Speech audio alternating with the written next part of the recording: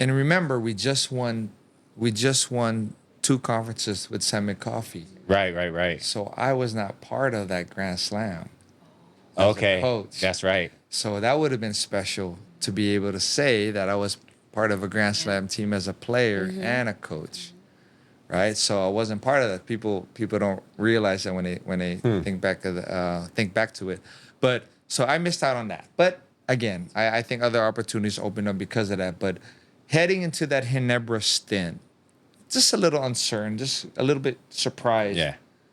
that it was being offered to me. And I remember one of my first questions to Coach Tim was like, I'm like, Coach, can I just stay? I go, and then let's talk about it more if they're really serious at the end of the season. Because we're about to, bring Blakely back and, Right. and we have a good chance of winning this, whatever. So I'd like to still be part of this. And, it gives me time to learn also, whatever. And at least mentally prepare myself that, hey, you're going to be given a chance to really lead a team. And I said, Jeff, I don't know if you have a choice.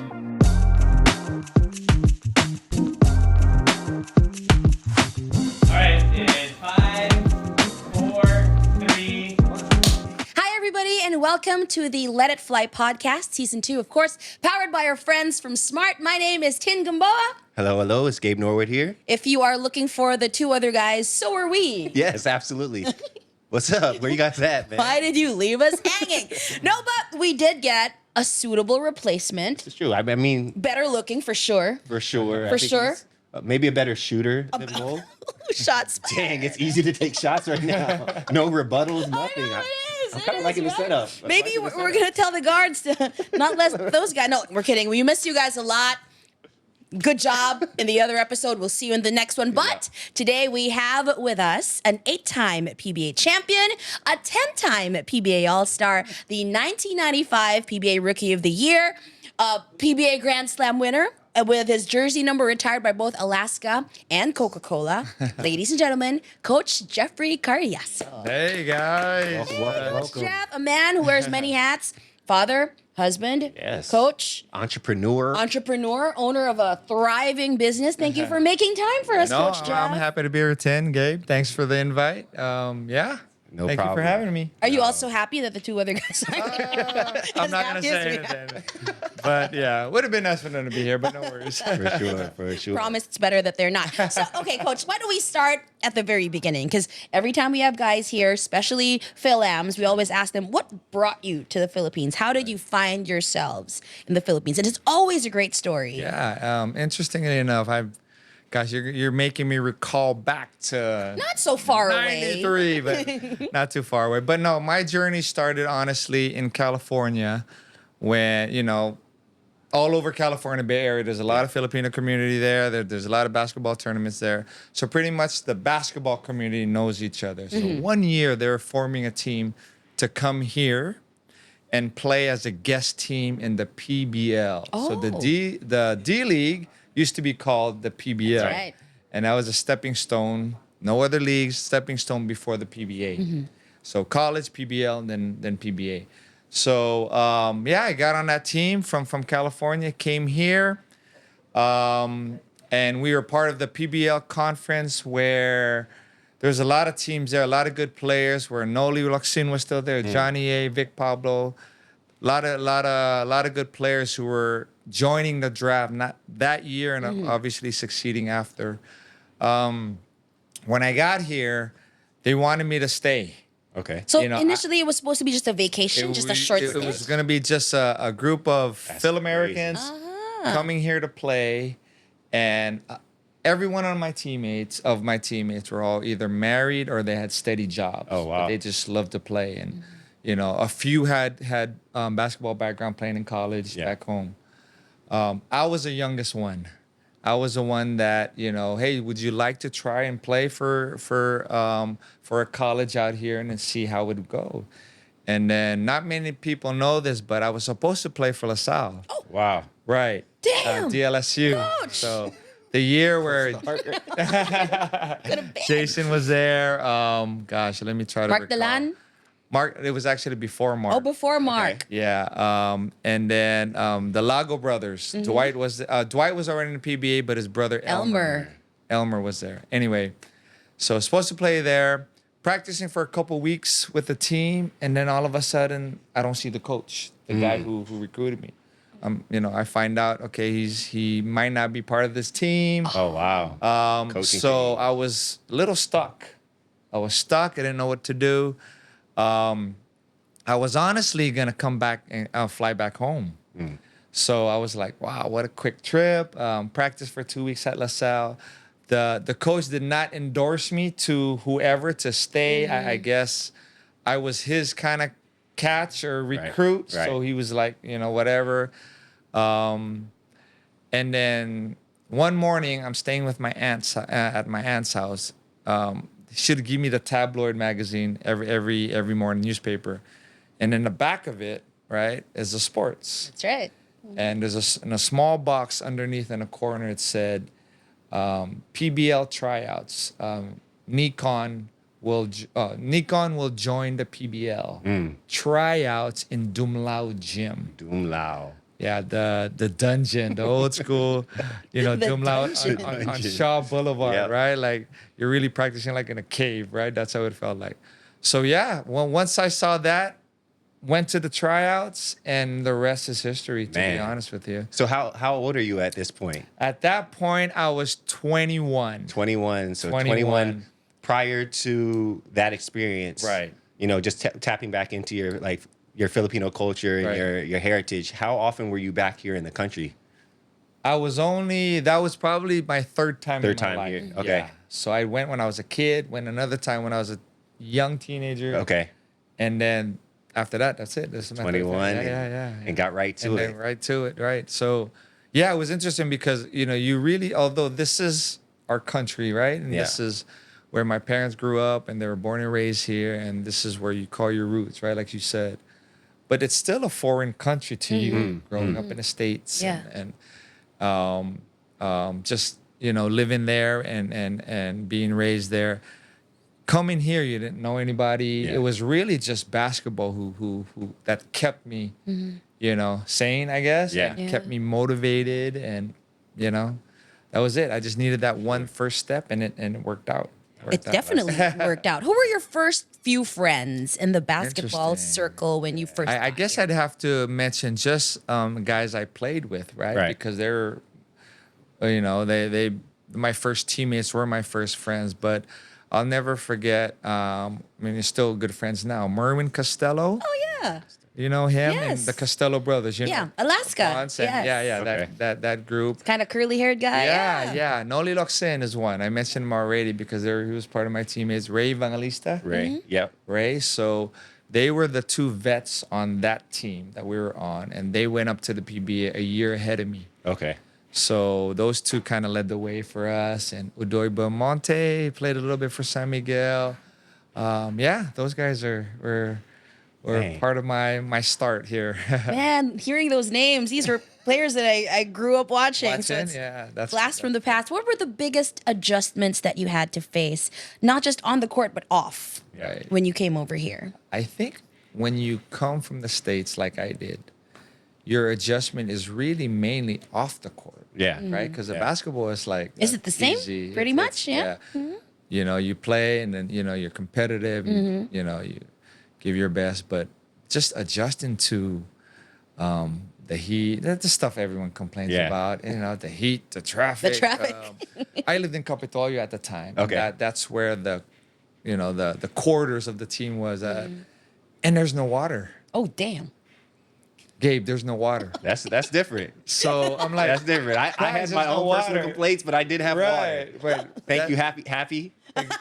Boss, thank you for taking care of me. right, I did have water. I appreciate you in the PBL. So think about living in a place and there's no water. So a truck would come by, I want to say once a week. And once we saw that truck, whatever you had, you could fill water, and you ran out of the house and filled it up. Oh, Man. my gosh. And yeah, that was a struggle. That was tough. And and I don't know if you want to call it sport, but you're used to having a washing machine. Just throw your clothes in the washing machine. Right. And and it's clean. Here, you got to learn how to wash by hand. so and you we're- did so I'm that. like, Nice. okay. And my local teammates are teaching me how to do it. Yeah. They're laughing at me because I don't know how to do it and stuff like that. But yeah, it's after a while you learn to adjust. That's sure. really it. And now, marunong ka na maglaba, which is Marunong great. na maglaba. Yeah, right. These are some life skills that you That's can true, use right? forever. Right. You Yeah. didn't think I could learn at that age, right? You're like, all right. So usually for athletes that grew up here, right? After 5 years in the UAP, that's when they make the jump to the PBA. How did you feel that, okay, the PBL done, Yeah. moving up? Right. I felt like it was a good time. I felt I was ready and You were ready. You became Rookie of the Year. Right. For sure. it was, I got to know the guys in my batch. So guys like Dennis Espino, Kenneth Remdes, Yeah. EJ File. So those are the guys that was in my batch. Marlo Aquino, but he ended up staying for another year, and then he came up to the PBA after. But yeah, those guys, and just being around them, I felt like they were my batch. Yeah. Is what I Yeah. felt like. I'm like, you know what? Let's try our luck, and go from there.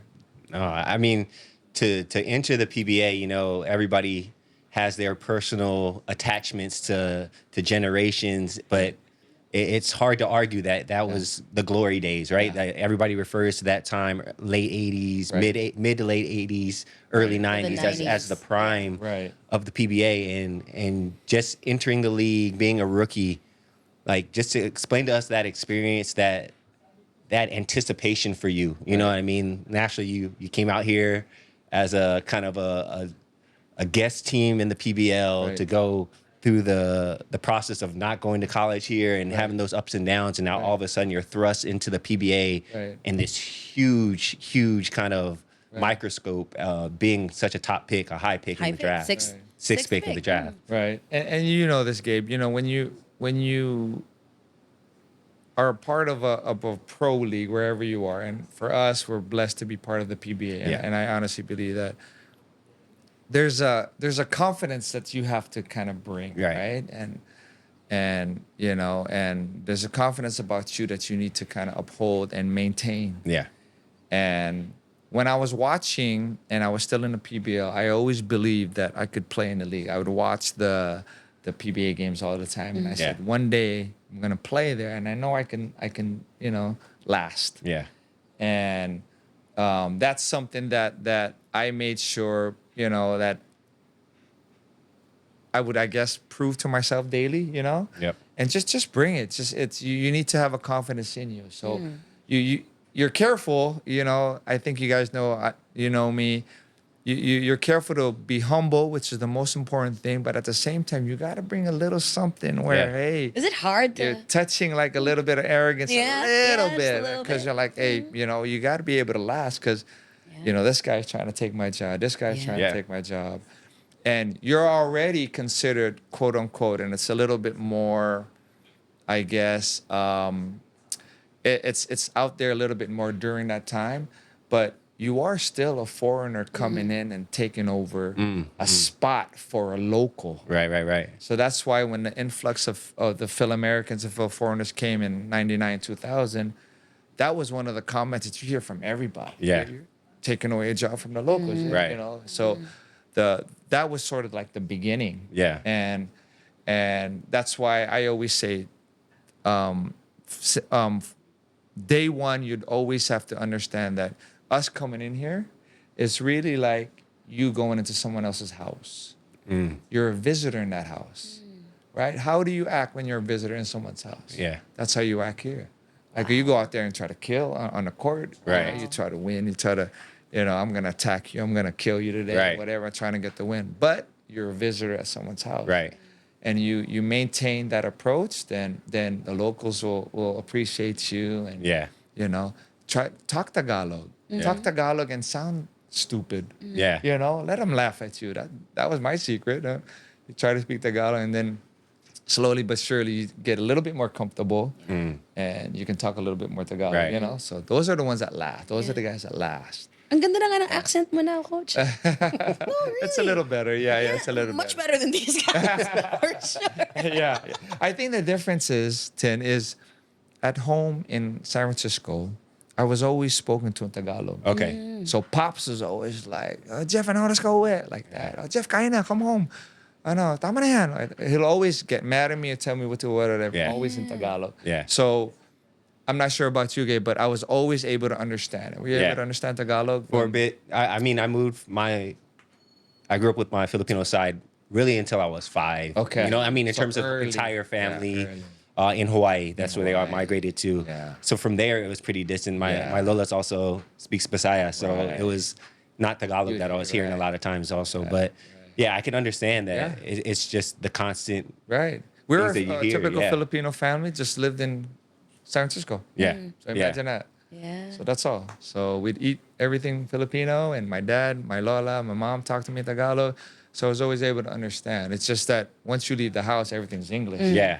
So you know that part of you. But I'm happy that I'm always able to understand.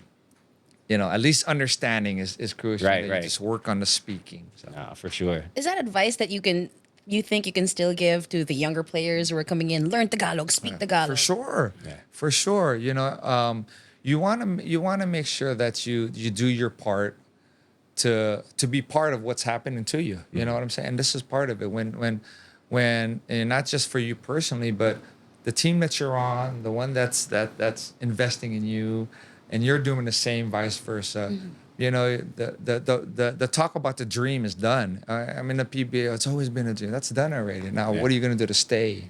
Yeah. So when you want to stay, then you give yourself a little bit more. You learn Tagalog. You learn there's a different humor, right? True. The jokes, True. Deliveries of jokes. deliveries, and even the punchlines, understanding a punchline. So you want to be corny like that. Yeah, And if guys see that you're okay and you're corny, then you know they'll accept you even more. When in Rome, right? Yeah, exactly. When in Right. Manila. Exactly. Yeah. Makes sense. Definitely. Can we go back a little bit to draft day? Can you Sure. take us through Oh. what you were feeling? What number did you expect to go? Did you expect to go at 6? Yeah. What was the buzz? What was the buzz? That's a good question because I knew I was entering the draft with EJ and Dennis and Kenneth, the guys I mentioned earlier. And depending on the need of the team, it's Right. really, you can go 1 or 4. I don't think I was going to go 1. Dennis was a stud. Yeah. Dennis Espina, gosh, stud. Power forward. He was your younger Alvin Patrimonio a little bit and just solid. Yeah. And that guy, Kenneth, right? You see Kenneth? He was really my arch rival. Like Yeah. the whole years in the PBA would always battle, always go against each other. EJ being 7-footer, right? You need a big guy. There's no There one it bigger is. than EJ, right?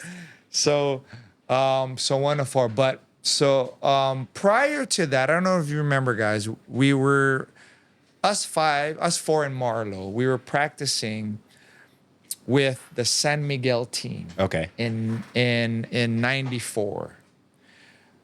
94, San Miguel wins the All Filipino. Right. And they are going to represent the Philippines in the Asian Games in Japan Okay. in 94, right? So previously they won it. So what they wanted to do was pick up 4 or 5 PBL players to join them. I don't want to say to beat them up because Right, we were right. the younger ones, but I guess some young guns to join that team. So to make a long story short, we were on that team, but the guys who made the lineup was only Marlo and Kenneth. Okay. Okay, so us 3, we kind of got left behind. No worries. Good experience practicing with the San Miguel team with Right. Hector Calma, Alan K. Dick. Oh my gosh, Otto Augustine, all those guys. Those guys that won the Grand Slam too. Yeah. So during that year, Coach Norman was like, if there's a chance to get any one of you guys gonna get any one of you 5 would be good. So San Miguel picks number, and don't get me wrong, I love Coach Norman. But don't worry, we're gonna pick you up. And then San Miguel picked, Check and then it. I'm like, okay, the 3 left already. Marlo's not joining. Gosh, I might go with San Miguel. Man, this Umasa si Coach. I know them. I met them a little Coach bit. Norm already, told me. right? Coach Norman told us. He's like, But then San Miguel picks at number 4 or 5. Brian Punsalan. It's not Jeffrey Cariaso. That's not me. You don't sound get me it wrong. out. Nothing against Brian. He, great player. He was obviously in played against him in the PBL. But so I was expecting to go there. Yeah. And then 5 was someone else. I'm like, okay, maybe I'll go here. And, I just fell into the laps of Alaska. Man. in the What a draft. lap to fall on. Right. Right. And again, it's one of those things where you're meant to be will happen. Yes. Yeah. For sure. I trust that and I believe that. And that's what happened. That's a blessing. So walk us through.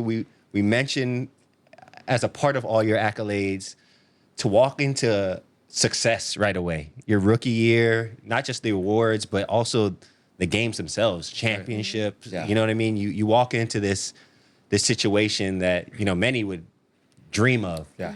Talk us through your first year in the league. The difference maybe also from the PBL to the PBA Right. at that time. Right. Well, it was clearly, the level of play is really so much higher in the PBA, and you're going against guys who've been in the league for so many years. I was just fortunate enough, and why I say it's a blessing to be part of that Alaska team was because with me coming in there, it worked out for me because there wasn't super pressure to kind of, okay, you got to be our guy now, and Yeah. you got to fill in these shoes. It wasn't like that. It's like, Jeff, play a role.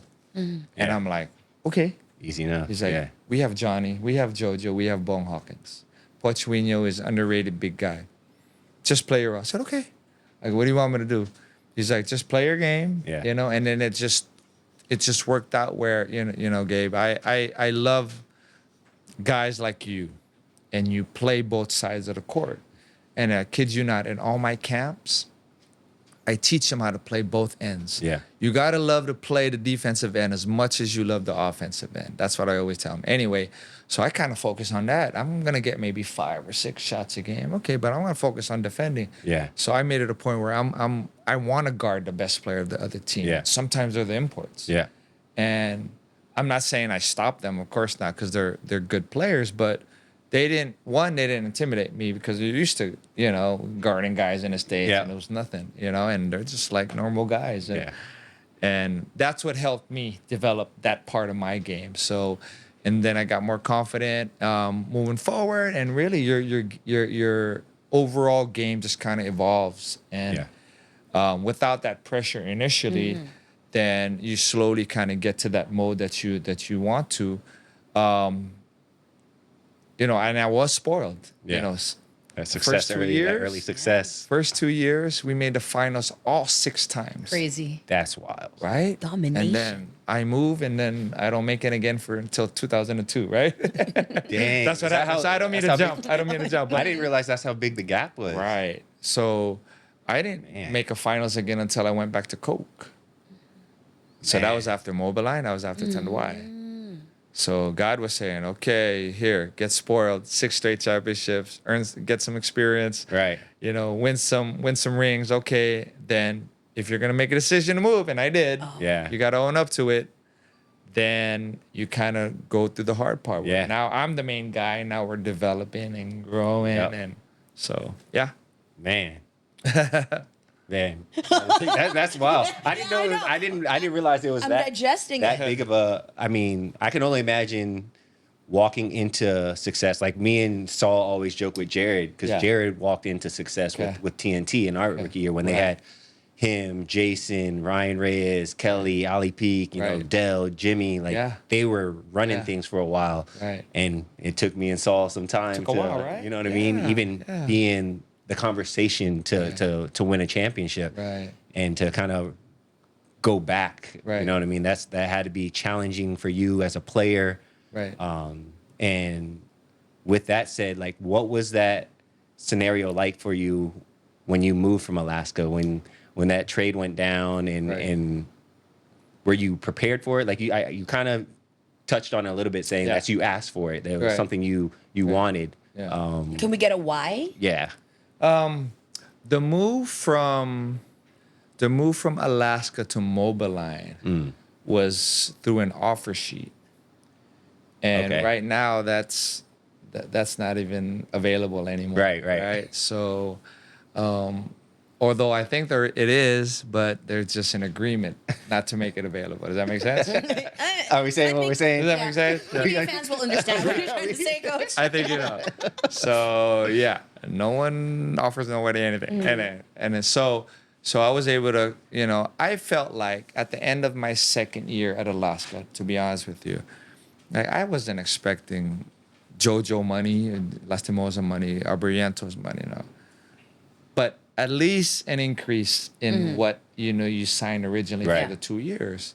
So I came up with a number that I felt was fair, but it was still hard for them to give. Yeah. So, and then you get an offer from, again, that's why I bring up Coach Norman. Siguro dito siya bumabawi. He just took over It's a Mobiline. chance. And he's like, Jeff, you're expiring. He said, don't sign yet. We'll offer you something. And then he was very aggressive because, he was trying to rebuild that team. Right. That team. That was before the Talk and Text team that you just talked about with JD. So when it showed me the offer sheet, it was, I want to say, triple Wow. Man. that I wasn't even asking for. Yeah. So that number I wasn't even asking for. Yeah. I was like, oh gosh, okay, all right. So of course you get advice. It's the first time for you to go through something like that. Right. So you get advice from people you trust. Get advice. Everyone had the same advice. It's like, why are you even asking me? You're thinking twice about that? You're being crazy if you're gonna think twice. So, eventually I said, all right, I'll go ahead and sign it, just because if you sign that, that's a guarantee Yeah. that's what you're gonna make. Yeah. And again, remember, put things in context. It was the first time I've ever been offered that, Right. and and it is significantly bigger. So whether you're gonna get that from Mobiline because Alaska can't match it, or Alaska needs to match it. Yeah. I was hoping Alaska match it. Come on, please. So you wanted, 'Cause like in you your wanted heart of to hearts, stay. at that time, you wanted to Because- stay. Yeah. Gabe, we just won a Grand Slam. Yeah. Just won a Grand Slam. Like, why would you want to? That's why, I think Coach Tim was a little pissed too that I signed it. He's like, but Hey. yeah, that's how I went. And then that's when I got traded to Tanduay, and then so you go through like 2.5 years, 3 years of again trying to get guys together and developing and trying to compete with the San Miguel's. Right. But it's not that easy. I mean, again, life isn't perfect. So yes, your role is bigger compared to my 2 years at Alaska. Your bank yes, account's a you little may be bigger. making Bank accounts, yeah, accounts a little your, bit. your bank account's a little bit more, right? But then you're with a team that's kind of in the middle and that are waiting for pieces to get back to the championship level. Yeah. So that's the sacrifice. Man. Yeah. Was it worth it? Were there any regrets at all? No regrets, honestly. No regrets at all. I think it was worth it because when you strictly talk about those two situations where you're at Mobiline and you're at Tanduay, and then you get to Coke. Mm-hmm. When you get to Coke, this is where, for me, and I've been very blessed, like I said, Coke is where everything just fell into place. Right. So, again, we talked about earlier. It's either you're not playing as much, but you're making good money, or you're playing a lot, but your guys aren't winning, Yeah. or any other combinations, right? Yeah. Coke is where everything happens. Wow. For Yeah. me. Coke is where you're making good money, you're playing, right, and you're the main guy on the team. You're getting awards, Yeah. and you're winning championships. Yeah. Or everything fell into place. I'm like, ooh, this is a great 3 years. Great 3 years. Rudy Hatfield. Who else? Rafi Rivas. Rafa's, yeah. Will Antonio. Rob Wainwright. Those guys. Yeah. All those guys. That's a fun group right there. Oh. If anybody has We had been a around blast. any of those names mentioned, that is a hilarious group. Rob Wainwright, still, he was my vet when I got in the league, Okay. my rookie year. funniest people Yeah, love that dude. Love that on the dude, face of the earth. Next to Joe, him and Joe. Oh, Joe's the best. Joe's up there, Joe too, loves but- you. Joe's up there too. Yeah, he's on my list. Hey, you guys, real quick, stream Let It Fly in Epic Live Sports for free on the Smart Livestream app. Watch PBA, UAAP, FIBA games, and more available to all networks. Download it now on the Apple App Store or Google Play, or watch via web browser on smart.com.ph/livestream. Now back to the regular program. You think My list. the struggles you experienced after you left Alaska, before you went to Coke, Right. made you appreciate your time in Coke even more? Oh yeah. Oh, for sure. Made you appreciate your winning times at Alaska, right? And I think the lesson learned there was how hard it is to really make the finals. Yeah. To win it. It's difficult. It's I'm sure Gabe difficult. knows. Shoot. You know, so right. tough. So once you're there, you do everything to reach that goal, because it's not often you have that opportunity. Yeah. Right. And yeah, really, really tough. Really tough. Tough but memorable. Yeah. I'm sure Yeah, yeah, unforgettable. Speaking of unforgettable, can you give us some of the standout memories that you have with Coca-Cola? With Coke, gosh, so many. Just because Coke was coming in as a new team. I forgot which franchise They we're took taking over. over, but Coach Chad was a coach. Yeah. And in our Cinderella conference, we won a championship. Man. So that says it all there. Crazy. Yeah. And to maintain that and keep going, we made the finals 3 more times, so 4 in total, and we won bookends. So the first one and the last one. And like I said, you know, that's where everything comes into play, you know. And by that time, I'm in like my early 30s, and Peak. Still you're kind of young. like at your Yeah, prime, that's- right? At your peak. Yeah. And you see things differently, right? You view things differently. You mature, right? Right. A little bit. So you appreciate things a little bit more. Now your role steps into a different kind of specter, I guess, and you're teaching the young guys now. Yeah. Now you're a mentor. Now you're how JoJo and Johnny and Bone was to me. Yeah. During that time when I was at Alaska. And you're guiding, and you're actually a best friend sometimes, because they don't just talk to you when you're on Yeah. the court, right? You know? For sure. Kuya, you know, and they start calling you Kuya. Can we talk? You know, Yeah. stuff like that. And now you're a counselor a little bit, and now you're a big brother pretty Yeah. much. So. But yeah, that's something that I will never forget and really appreciate, because it's part of the development, part of the growth, and you know, I hope I made some sense to a few people. I'm sure. I mean, there's no accident that you're in a place of leadership now. Yeah. You know, we've had other guests on that we say there's no flukes in it. You know what I Right. mean? We were called to lead, and it's prevalent and seen throughout the course of your career. And during your time at Coke, who were some of those young guys that, you know, you felt were under your wing and you really got to impact Right. while you're there? Guys like Leo Avenido, Leo. Jack Chia, Okay. Yeah, I remember Jack. Jack. FEU Ateneo. Yeah. We drafted Ray Hugnatan. Really? So Ray's first 8 years after he played 40, right? He played like 40 years. But so Ray just retired like yesterday, right? But his first 8 years we were together. Okay. So 4 at Alaska, and then Wow. at Coke 4 years, Yeah. and then we got traded together to Alaska. back to Alaska. Oh, that's So- wild. And then they traded Peak and John Arrigo. Arrigo, that's right. us. Oh, yeah. Because I think that was the year before I got in the league. Think so. 'Cause when I- did you enter? 2008. I was 08.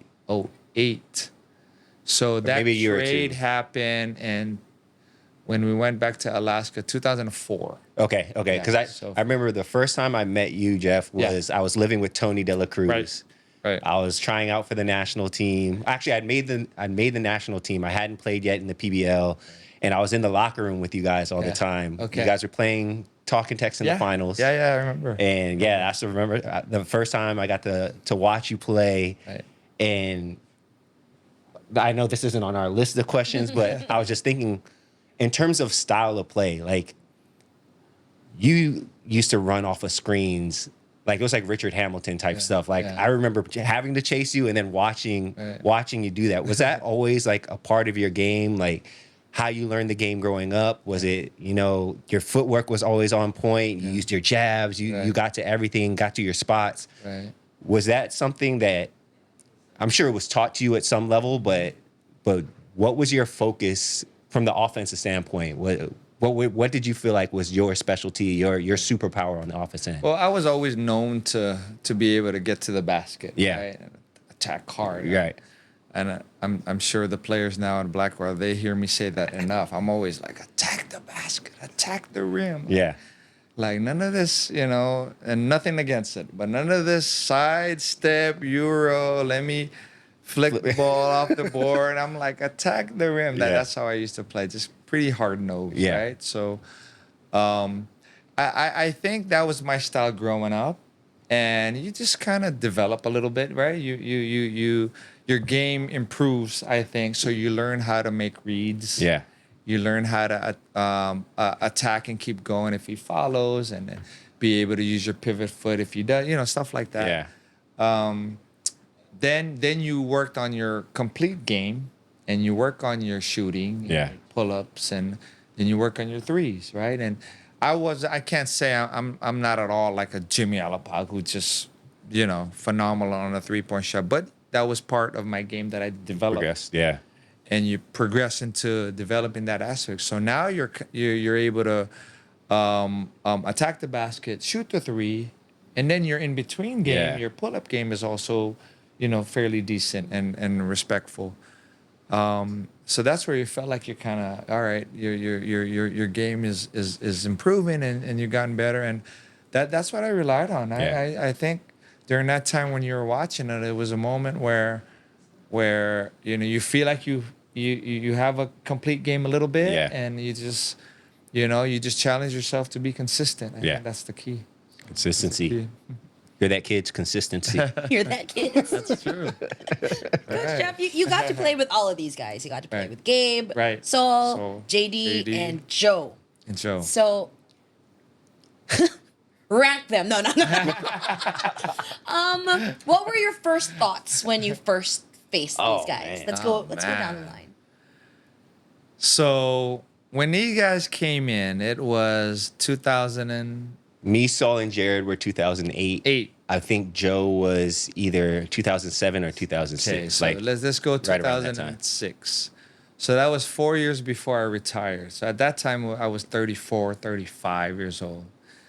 And you can just tell. You can just tell that, you guys are going to be the future of the PBA. And that's no question. Being able to play in our league and last in our league isn't going to be your worry, because you can tell that you all had game already. It's really just getting used to the Pinoy style. Right. Getting used to, at a certain extent, playing at in a professional sport or league, But, you guys you're all, very, very talented in your own ways. I was supposed to play with Sol, but when we drafted him at Alaska, we traded for Joe. JDV. So obviously it turned out, Coach Tim is just a brilliant mind and his vision in his formation of the team. And, I think he said there's a lot of guards already, although there is a talented guard that you can't give up. But when we drafted him, I'm like, okay, cool, young guy, he's it'll be good to play with him. When you're a vet, how it feels now. Yeah. It's kind of nice to be able to play with a young guy where you kind of let him go a little bit, right?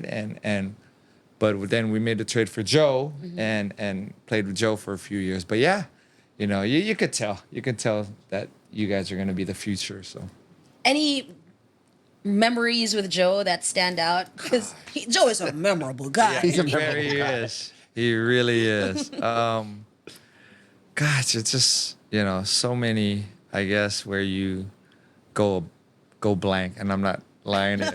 But no, Joe is a character, and what makes it fun, what makes it, what made our time together special because he made it fun. Yeah. He really made it fun, and he's also a competitor, and he competes, so he knows when to kind of, all right, I'm not smiling right now, and I'm gonna go out there. And Yeah. play. You guys know him, so that's one thing that I remember about him. We'd always tease him because we felt like he was always following Coach Tim, but it just worked out that way. Teachers. Right? So Dang, Joe, I- you never told us this part. He's gonna get mad at me for saying that. But because he used to always joke around and say that I was the son. So all these guys, young Brandon and Mike Cortez, they're like, where's Daddy? I'm like, stop. Daddy's calling you. Right? Or if Coach Tim would call me, Jeff, come here, I'm gonna talk to you. And then we're like, oh, Daddy's calling you, like that, right? So I get that. So, but then when Coach Tim moved from Alaska to San McCoffee, Yeah. Joe followed. When he went to Ginebra, Joe followed. So after a few years of that, I'm like, man, you cannot say that I'm the son. I'm the son? No. Joe. Like, Joe's the you are. You're the son. Joe Cone. And- right. That's funny. But again, hilarious. with all seriousness, like you can tell, right? You guys had him here. We all love Coach Tim. We learned Yeah. so much Yeah. with him, and and I have nothing but love for him. So Okay, Coach Tim. Okay, first, let me ask you. You were telling us earlier that when you were with Coke, that was when you started being a mentor to the younger guys. right. At that time, did you already have an inkling like, hey, this is, maybe coaching is something that I could possibly do once I retire? no, No, like no. absolutely not. Yeah. Zero idea. Yeah. There wasn't one of those things where I remember national team in '94, and remember we said we were on that San Miguel team. Right. And so we would have practice games, and Alan K. Dick a couple of times would sit next to me, and like he knew, like he was on the verge of retiring, whether it was a year or two after, but he was gonna retire soon. And he'd always like come talk to me and give me advice, and I'd always appreciate it. But you could tell that he was always kind of like, yeah, we should, like he wanted to be a coach. Yeah. He knew.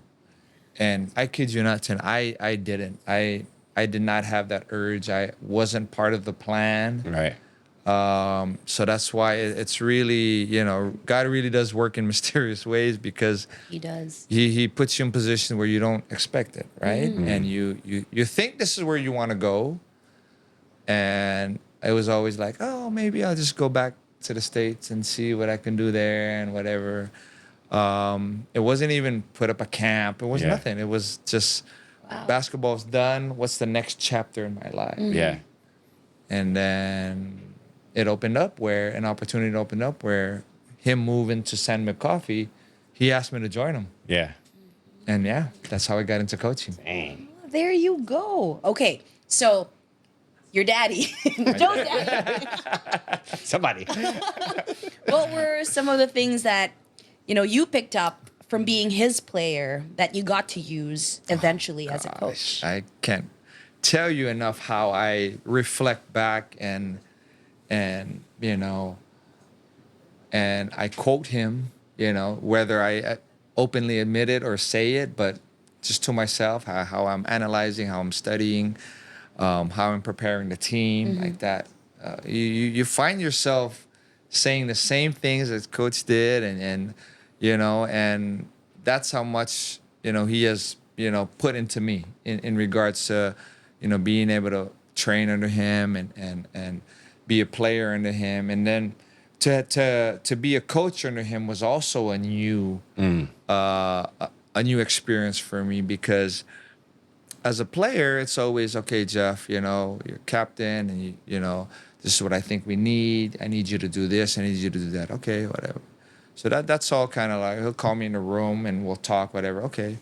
But to sit in the room now as a coach with him, and you're analyzing film, and you're talking about lineup, you're talking about schemes and how to defend and stuff like that. that was new. It was kind of different. Yeah. There was an adjustment there that I had to make because I'd never been in that setting with Yeah. Coach Tim before. And then I go, oh, this is why you do this. This is why, you say this, and this is why this is, of the utmost importance to you, especially defensively, Yeah. because this is the goal. So you're kind of connecting everything now. Oh, okay, that's why you told me this when I was a player, that this is a better way of doing things because of the. So yeah, I got everything from him, and I learned a lot from him, and there's aside from the experience from playing, there's really huge value on what he has shared with us and what I've learned from him. Something else. Right? Yeah, He it's is the really first. something Basketball Think mind about for it. sure. He drafted me, Right. right? Right. And then he gave me Yeah. my first coaching job. Wow. So I owe my last 28 years to Coach Wow. Right. Tim. If you really Dang. think about it. That's right. That is pretty crazy. So 2014 was when you were named head coach of Right. of Barangay Ginebra. Yeah. Well, can you tell us that story? Yeah. And what was going through your head? Were you like, yeah, you know what, I'll do it? Or were you like, am I ready? Right. I was a little bit more, am I ready? Yeah. That's the honest to God truth. So, and remember, we just won 2 conferences with Sam Coffee. Right. So I was not part of that Grand Slam. as a Okay. coach. That's right. So that would have been special to be able to say that I was part of a Grand Slam team as a player and a coach, right? So I wasn't part of that. People don't realize that when they think back to it. But so I missed out on that. But again, I think other opportunities opened up because of that. But heading into that Ginebra stint, just a little uncertain, just a little bit surprised. Yeah. That it was being offered to me. And I remember one of my first questions to Coach Tim was like, I'm like, Coach, can I just stay? I go, and then let's talk about it more if they're really serious at the end of the season. Because we're about to, bring Blakely back and Right. and we have a good chance of winning this, whatever. So I'd like to still be part of this. And, it gives me time to learn also, whatever. And at least mentally prepare myself that, hey, you're going to be given a chance to really lead a team. Yeah. And he said, Jeff, I don't know if you have a choice like that. And that's exactly what Coach Tim said to me. I don't think you really have a choice. I don't know. Sounds like a done deal. Right. Sounds like they really want you to do it. I'm like, okay. You're a little naive when you go into that, right? Because you never coached a team before. Well, how, am I going to have a say in players? Am I going to have a say in trades? And I mean, just the formation of the team. That's why I say that first, and why I said it first earlier when I sat down with the bosses at Blackwater. That was one of the first things we talked about. Yeah. Was the lineup and the formation of the team. Who was responsible for that? Because I don't like to be responsible for the team I'm coaching. Yeah. Yeah.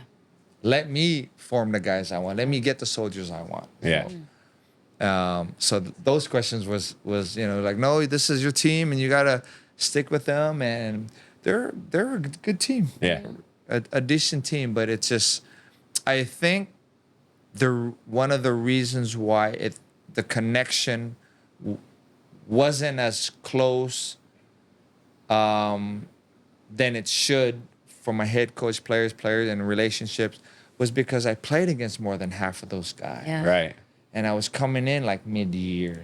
Was no time to kind of, so, they really needed a Coach Tim. Yeah. And I know Coach Frankie took over for, I think, a conference. Right. But when they got Coach Tim, that's all right they there. needed. They needed someone like that. They needed the daddy, not the kuya. Yeah. If that makes sense, right? I was just a kuya. All right, you're kuya. All right, kuya. Like your Makes older sense. brother, right? Yeah, Man, yeah. Stop. Shut up. Yeah, right? You're yeah. Kuya, right? Is that Sometimes kinda- you feel like you're growing up a Yeah. little bit. And I played against you, So I'm not saying there was a resistance, but it's just not the same. Yeah. Yeah. And that's the 100% and honest, honest on how things were. Yeah. So as a player, a lot of players growing up here dream of playing for Ginebra. Can you speak to the pressure felt coaching from a coaching aspect? we hear the stories. Everybody sees the comments on social media Yeah, and things like yeah. that. Did you feel that mentally? Not to say if you were prepared or not, but how did it affect you mentally from that standpoint, coaching in Nebra? That's a good question. To me, I think the pressure. I mean, you understand Yeah. coaching in Ginebra. I've always played against Ginebra, and I've loved playing against Ginebra because in my championship against them or the big games against them. Yeah. I always tell this story real quick. In Araneta, we would have our bench, and we would have maybe 10 rows. Yeah. That's our fan base. So give us 5%, right? Maybe Rest 10. is- yeah. And then 90% is who? All Ginebra. And my motivation was to send 90% home. Unhappy. Loved it. Oh my God, loved it. So wait, now you're coaching them? You know, Right, I like right, that. right. So you thought about the fan base. You knew that there was a big following. But I think it being my first head coaching job, I was still a little naive with how exactly that came to play. If Yeah. that makes sense. You're just a little like, okay, yeah, I need to have a lot of fans, okay, but all right, let me just try to get these guys on the same page together. Yeah. So I'm not saying that there was no pressure, but I think I was a little bit naive and too young at that point as a coach to even process Yeah. that. Yeah. So didn't really feel it. It's kind of, to me, it was more like, all right, let's win. We got Yeah. a good team. We just got to bring them together. And then, and that was more of the challenge that we were facing. So. Got it. We will never have enough time to talk to Coach Jeff. I think there's so much ground to cover. Because I did say earlier on that you wear so many hats, Yeah. right? Another hat that you tried on was being a sports commentator, a Yes. sports broadcaster. True. How's that like for you? How That was a great experience, It's not as easy as people think it is. You think you're given a mic and you just talk, but to be honest with you, Tin, my biggest adjustment was just the timing on when to talk. Like this, I'm comfortable now. Yeah. Because you're allowing me to kind of babble on, and just talk. There, you have to be concise and you got to get to the point.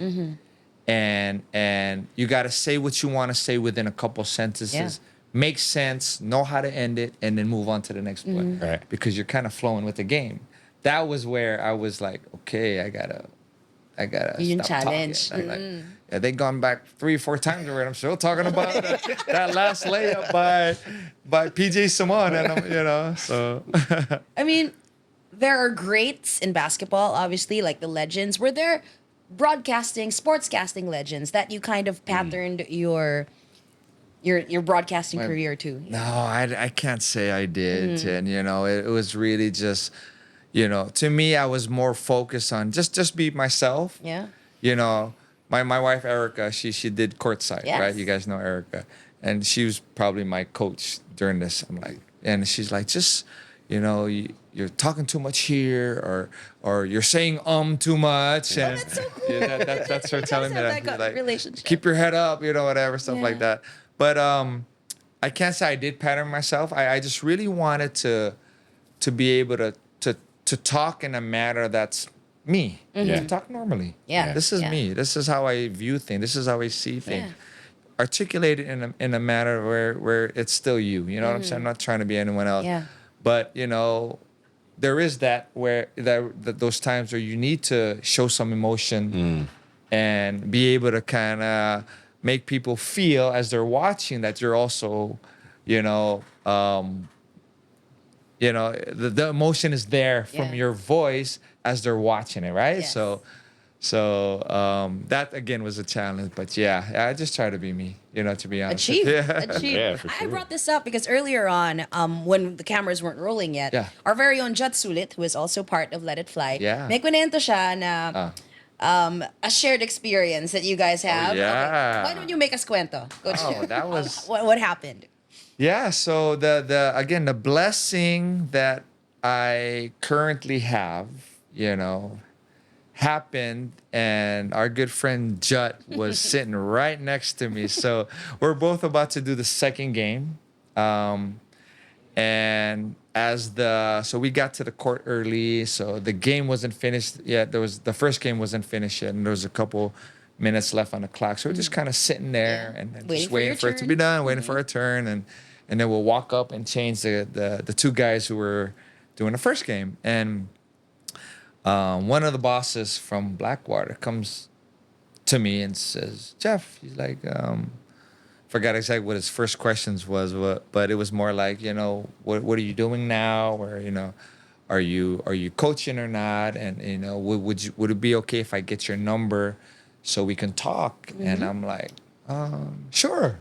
That's wild. And I've never spoken to him before, although I do know who he is. Yeah. So we exchanged number. I'm like, thank you, boss. I go, just let me know. You're not doing anything right now, right? And I'm like, no. You just call him a tambay. He's sitting there like it's draft day all over again. You're right. You're like, what's he want? I can't play anymore. I'm Right. tired.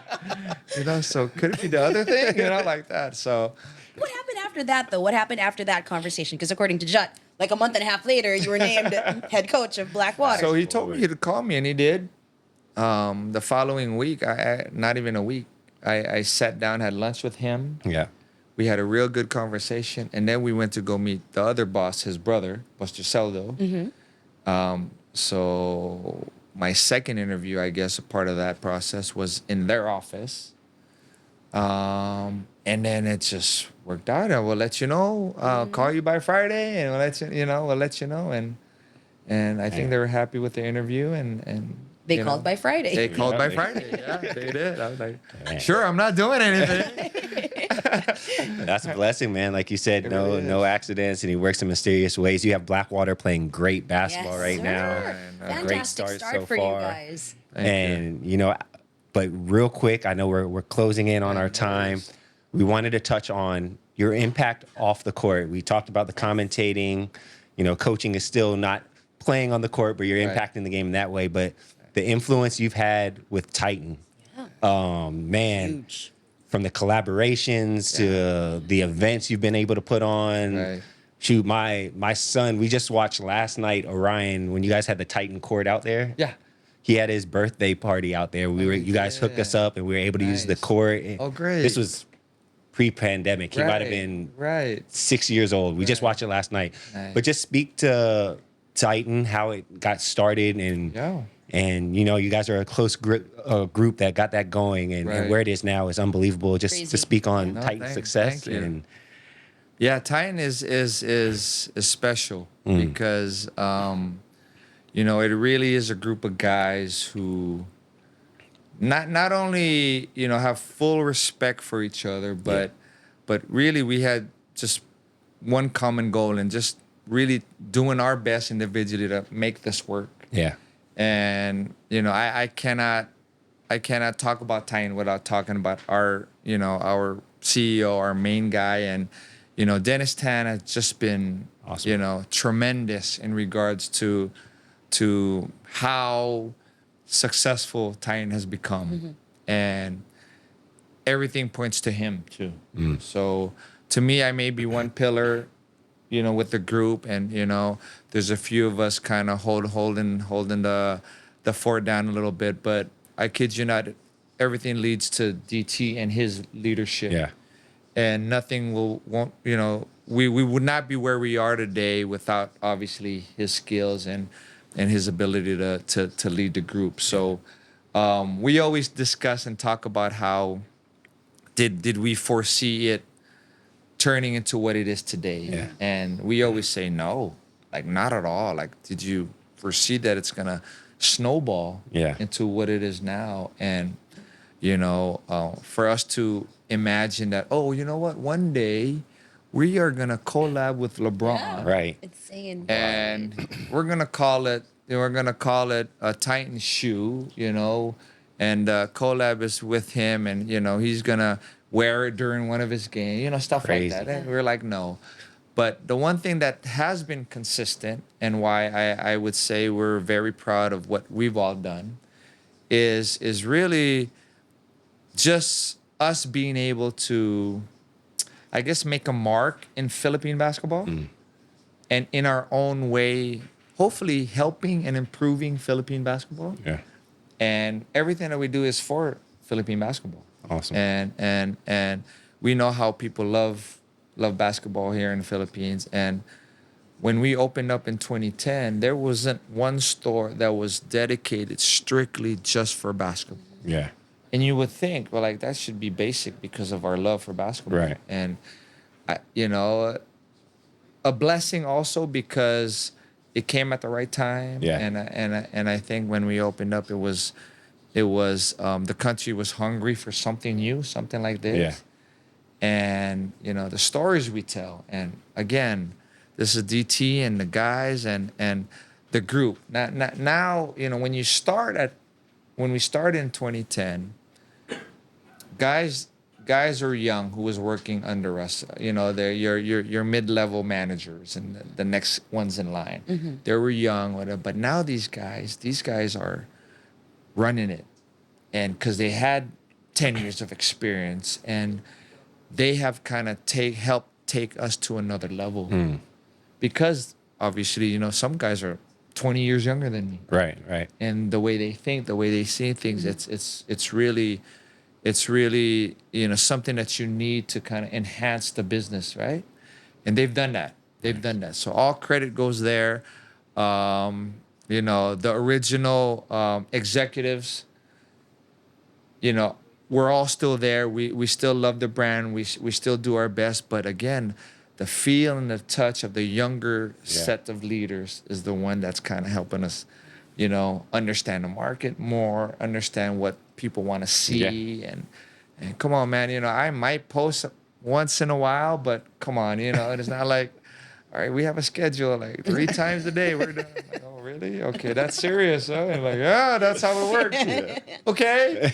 We'll listen to stuff like that. But yeah, happy to be part of this group because again, we try in our own way, make a mark, and You I have. think we have slowly but surely. For sure. Slowly but surely. You elevated Philippine basketball for sure. You guys really and truly helped do that. Yeah. What is that a product of? What is it a product of? Oh gosh. I mean, honestly, if when you think back to when I first landed here in '93, and me just wanting to play, and then you go 28 years later, and you're like, okay, did you ever imagine it was going to turn out the way it is now? Of course not, right? So that is a product of relationships, and I speak highly of that, and I share that with a lot of people because that really is everything.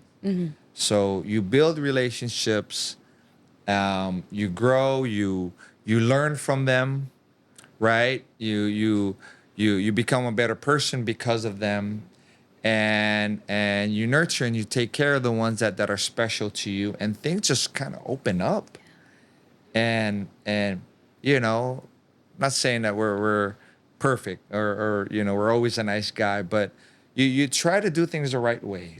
And I know you hear that a lot, especially coming from our former boss at Alaska, Boss Fred Uitensu. And he was really a stickler of doing the right thing always. Yeah. Sometimes you didn't agree with it. You're like, come on, boss didn't like that. Yeah.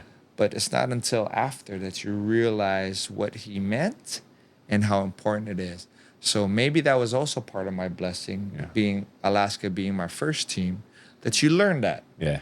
You learn that, do the right things, don't step on anyone's toes, be yourself, have fun, learn from failure, stay humble when you're successful. But then you just kind of grow and have good relationship with people, and then you just kind of live your life and things will open up. And I think that's what happened. And I can't, you can't be any more to it than part of that is luck. Part of that is your blessing. There's a lot of people like that. And it's really just, to me, it stems from the relationship that you had. So Wise words. Wise words. Yeah. everyone words. watching, whether or not you're going to be a basketball player or an athlete or just a human being. Yep. Those are wise words. Okay, we're sure. keeping you a little too long, but we can't let you All go right. without asking All right, you. so we'll our get let it to fly this is usually questions. Saul's favorite little monologue that he Yes. does, but now it's mine. Go do it, Gabe. So before we let you get out of here, Coach, my guy Saul usually does this segment. It's just like his thing, I guess. Everybody likes it, and he thinks he's cool when he does it or whatever. But he's not here, so I'm gonna do it for him tonight. It is the Let It Fly segment. We have basically it's the end of practice. You're getting your shots up. We're firing passes out to you. Quick response. Okay. Not necessarily one word, just whatever comes to the top of your head. But you do have a safe word if you Okay. want to pass. But you have to let us know what is your safe word. Where I can pass. Yes. If I say Yes. it, then Yeah, don't we'll have just to move answer. right Oh, on. okay, No, all right. Oh, pleading the gosh. fifth. What's your your safe word? My son's name Jet. Jet. Jet. Okay, I like that. That All right. works. That Yeah. works. That works. So we'll I'm let, odd. Yes, you are very. Odd You are number. odd. So 10's gonna get us started. It's 10 questions. Okay? Here we go, Coach Jeff. Tatagalogin kita. Sige lang, go. All-time best. Gusto ko yung tatagalogin kita, tatagalog accent ko na lang siya. All-time best basketball sneaker, Coach. Basketball sneaker? Oh. I played in a Jordan 11. Yeah. The white Jordan ones and the 11. black ones. So it's J11s. Okay. Respect Good that. answer. If you never got into basketball, what would you be doing today? Honestly, took up psychology in college. Oh. So some form of counseling or helping people out in some way. Topic, I probably don't know, but yeah, something like that. Cool. Hi. Cool. Best coach you've ever played for? What's Tim? Coach That was Tim, quick. that was quick. Name one rule that the PBA should change or add. The Phil-Am rule. Okay. That's a good I was always against it because before you're able to join the draft and you're a Phil foreigner, there's a bunch of Yeah. documents you need to acquire and get. Sometimes not easy, so that's why some people don't get to join the draft. Right. You know that. So once you do that, for me, you're Filipino. And once you're eligible to join the draft, you're a local. Everyone's one. Everyone's okay. It doesn't matter where you're from. So I don't see the purpose of having a limitation with the number of Phil-Ams or Phil foreigners on your team. Right. Agreed. Respect that. Agreed. Odd number. I'm odd. Kung meron kang pwedeng balikan moment sa playing career mo, Coach, alin yung babalikan mo? I think yung babalikan natin na moments that's special that kind of started and kicked off my career was our first all-Filipino championship at Alaska. So that was the first one of the Grand Slam in '96 where I made some free throws against Pure Foods. So, yeah. Made some free throws. Come on, the So game. that, yeah. Good answer. I watched that game. That's the next question. We're on number 6. Which current PBA player do you see yourself or your game in? Oh, that's a tough one. Current. Jet, just because I can't find Okay. that one. All right. Okay. I respect that. Okay. Pinaka-paboritong teammate ever. I'm gonna be careful because so Tatampo? many good favorite teammates. But I would have to say, Rudy Hatfield. Rudy. Awesome. Ibang kasama yun. Finish the sentence, Coach. If you played in the PBA today, you would. So if I played in the PBA today, I would. If I played in the PBA today, I would average more than I did before. No, I'm just joking. No.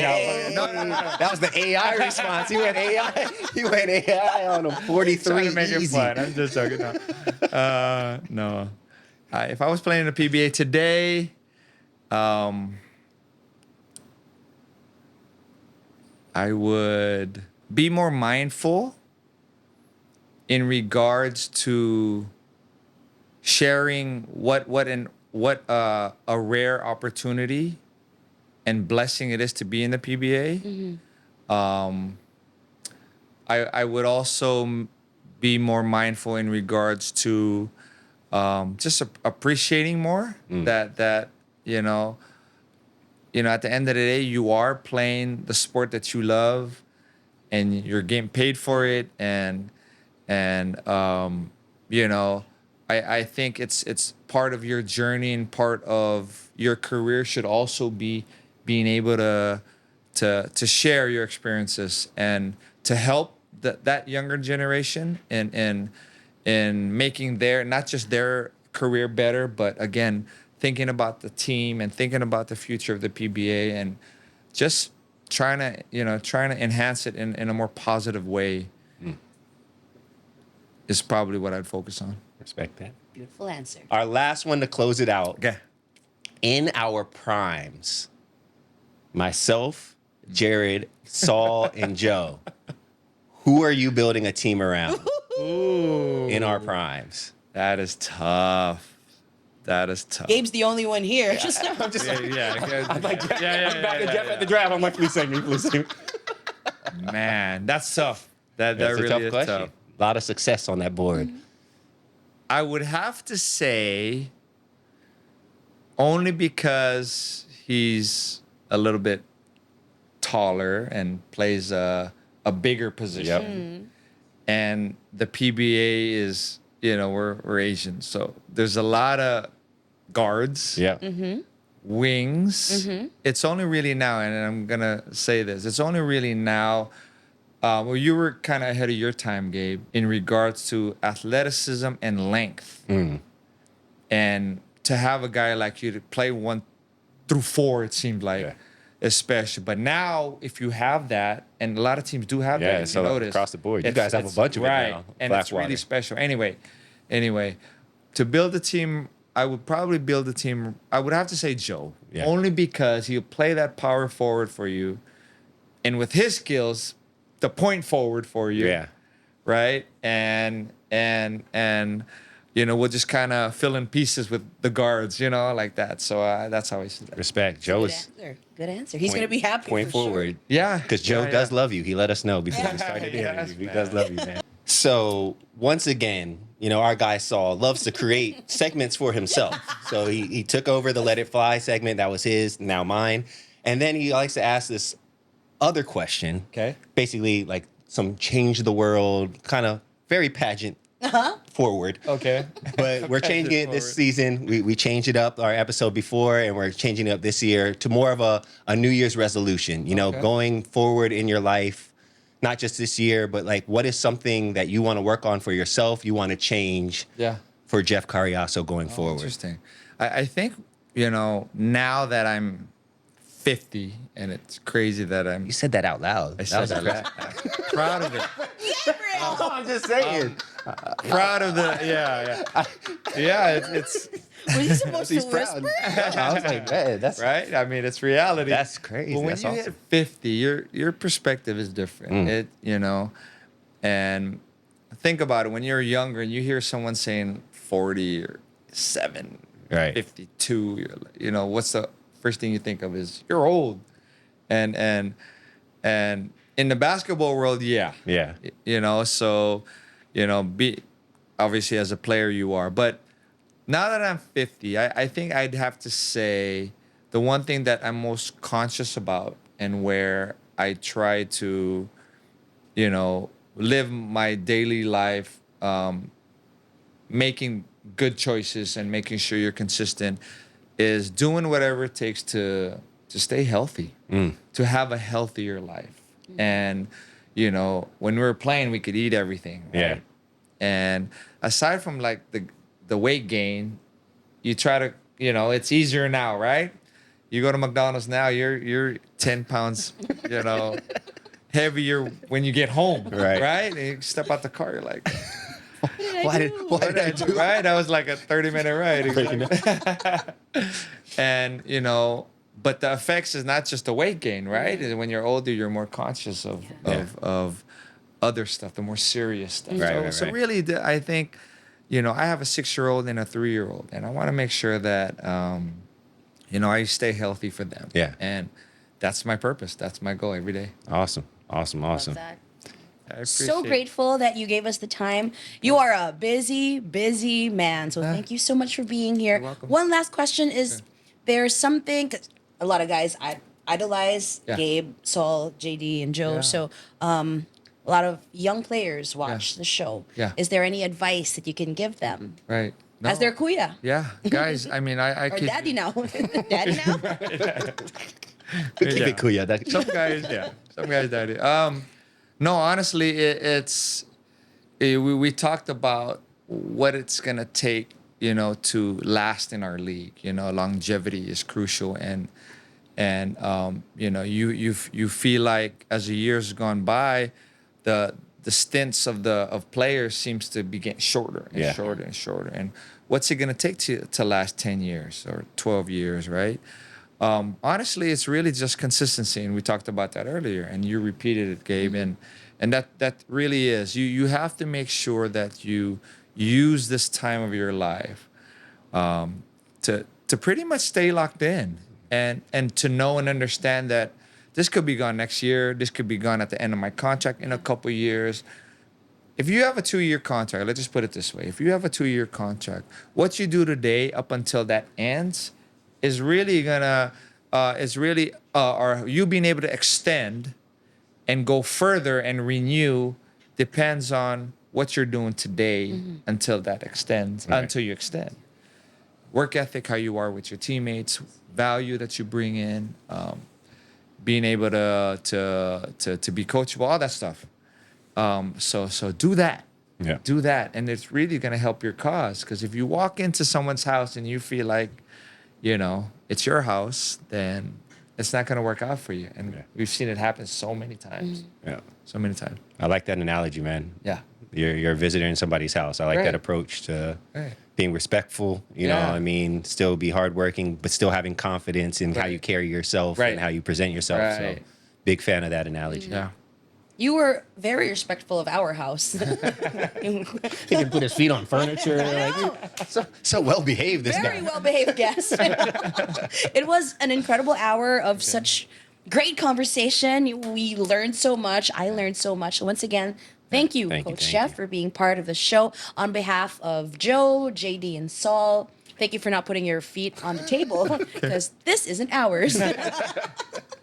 Thank you so much, Coach. And thank you, everyone, for watching another episode of Let It Fly. Once again, on behalf of Gabe, Saul, JD, and who am I missing? Joe. And powered by Smart. You're powered by Smart. See you in our next episode. Bye, everybody.